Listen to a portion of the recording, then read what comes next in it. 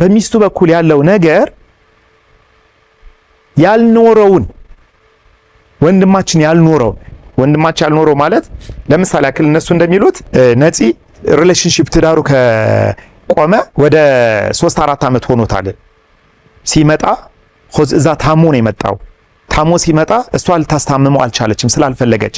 ኢቭን ቃሏ እህትዮ ስትጠቀም ሰብትቻት ከሆነ ወይም ወንድምዬ ይመስለኛል አንድ በጣም የሚገርም ቃል ተጠቅመዋል። እሱ ታሞ ወንድምዬው መሰለኝ የተናገረው ሰው ያይ ነበረ።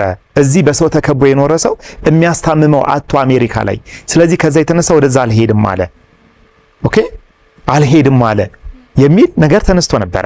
ስለዚህ ለሷ የተሰጠው የተጋነነ ክብር አይሽ አይደለ ያልተኖረ ህይወት የሌለበት። ለምሳሌ ያክል የነሱ ሐሳብ እኛ ቆርጠም ያወጣነው ማአት ነገር አለ። ግን ጠቅለል አድርገን ስናወጣው ግን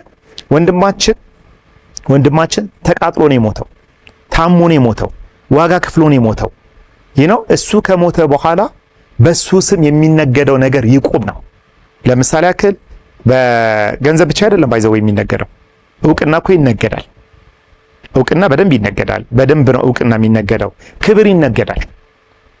ክብር ይነገዳል። ስለዚህ ወንድማችን ላልኖረው ኑሮ ነው የሚሉት እነሱ፣ ላልከፈለው ህይወት፣ ላልኖረው ኑሮ የሚከፍለው ዋጋ አለ። እዚህ እሱን ስናይ እኛ ጤናማ ስሜት የተሰማን አይደለም። ምክንያቱም እውነቱን ስለምናውቀው። አየሽ አሁን የነሱ እውነት ወንድሜ እኮ አንድ ነገር ብሏል። አሁን ይሄንን ተናግሬያለሁ፣ ከአሁን በኋላ እኔ በሰላም እተኛለሁ ብሏል። ሚዲያ ፕሮግራሙ ላይ ሳምተሽ